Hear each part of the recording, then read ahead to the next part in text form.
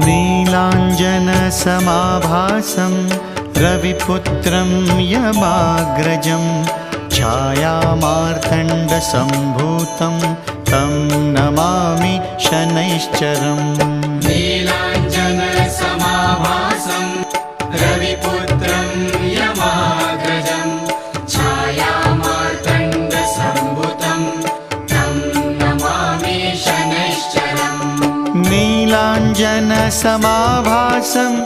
रविपुत्रं यमाग्रजं छायामार्तण्डसम्भूतं तं नमामि शनैश्चरम्। नीलाञ्जन